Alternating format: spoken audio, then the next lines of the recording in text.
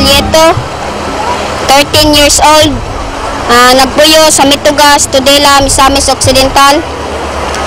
Ang akong organisasyon, MCYCG, o Mitugas Children and Youth Cultural Group. Ang MCYCG nangumpanya sa pagprotekta sa mga kabataan o gilabi na sa pagprotekta sa atong kinaiyahan. Sumala sa ingon sa akong apuhan nga usa kalumad subanen nga nagpuyo haduol sa suba. Ang suba sa Claren abunda sa isda sa tabang. Usa sa ilang gikuhaan sa Sudan.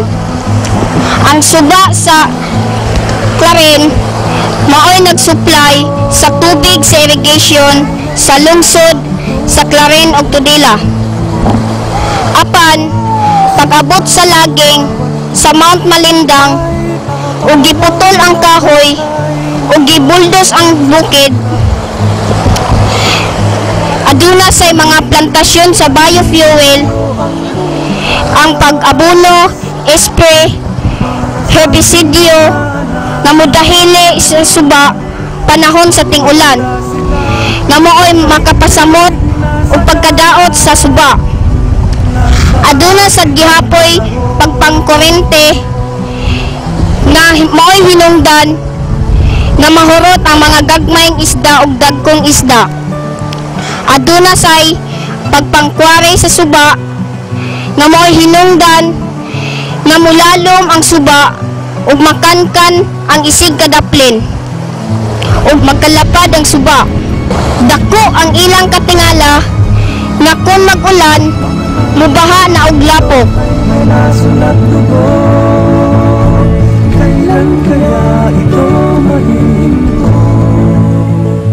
Nakita usab nila human sa baha dunay mga isda sa suba nga nangamatay. Namatikdan usab nila nga nagkawala na ang kaabunda sa isda. Karon akong nasaksihan ang nanghingutas ug himalat yung suba sa Claren. Akong dakong kabalaka nga kung padayon pa ang pagguba sa Mount Malindang, dako ang puruhan nga ang suba mahubas. Ang suba sa Dugukan matud pa sa akong apuhan nga si Lolo Victor, usa siya ka tributary sa suba sa Claren, abunda sa isda o gisaligan sa Sudan sa mga nagpuyo dool sa suba. Gihimo nila kining kalingawan, kaliguanan o ritualanan. Ang suba sa Dugukan nagsilbing utlanan sa duha ka barangay, ang Mitugas ug Kulambutan Baho. Kuhaanan usab kini sa tubig nga mainom.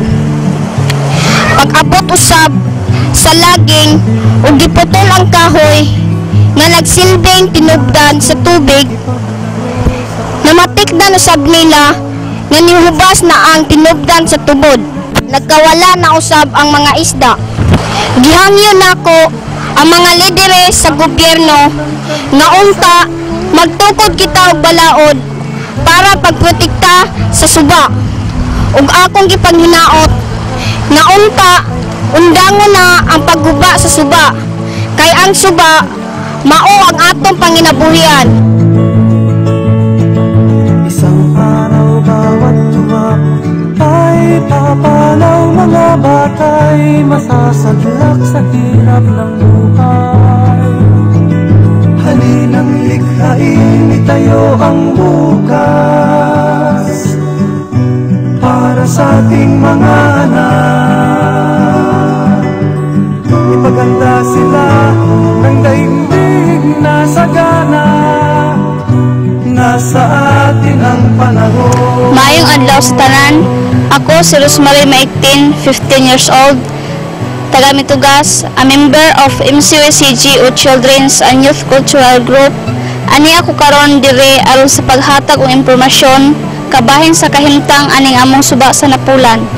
Kini among suba nindot og tin-aw kayo. Dire mi manglaba, maligo, manikop, mamingwit, magpainom sa mga hayop, labaw sa tanan, kakuhaan sa among mainom nga tubig. Ang tinubdan nga tubod niini lalom sa mga kahoy. Aniya pod kami dinhi mokuha og tubig para ibubo sa mga tanom sa among garden panahon sa ting-init. Nga ang garden mao'y gipanginuhaan sa among inaadlaw-adlaw nga sudan pambaligya balon sa eskwelahan. Kami mga bata adunay katungod sa abunda ug limpyo nga kinaiyahan. Kining subaa naghatag og kaimportanteng kinabuhi namong mga bata. O sa tanang may kinabuhi. Tungod kay kung wala ang subaa dili mi ka eskwela. Busa among protektahan, ampingan kining among suba, pinaagi sa pagpugong sa pagputol sa mga kahoy, paglabi sa mga basura, pagpanghinlo, pangpangurinti sa mga isda. Sa ginaingon, ang suba mabuhi kung wala ang mga bata, pero ang mga bata dili mabuhi kung wala ang suba.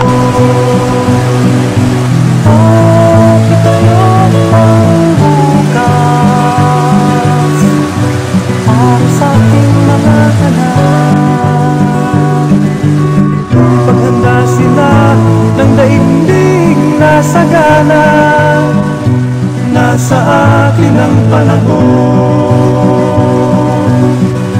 nasa atin ang lakas.